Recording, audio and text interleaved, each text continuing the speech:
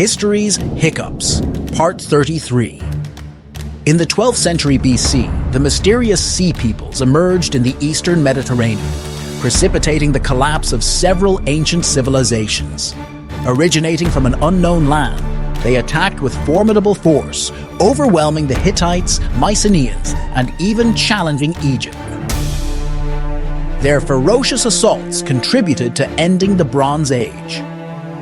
Pharaoh Ramesses III of Egypt battled them in epic conflicts like the Battle of the Delta, depicting these encounters in his temple at Medinet Habu. While he claimed victory, the invasions left Egypt weakened. The Sea People's sudden appearance and the devastation they wrought mark a dramatic and enigmatic chapter in ancient history, signaling the end of an era and the beginning of widespread change in the ancient world.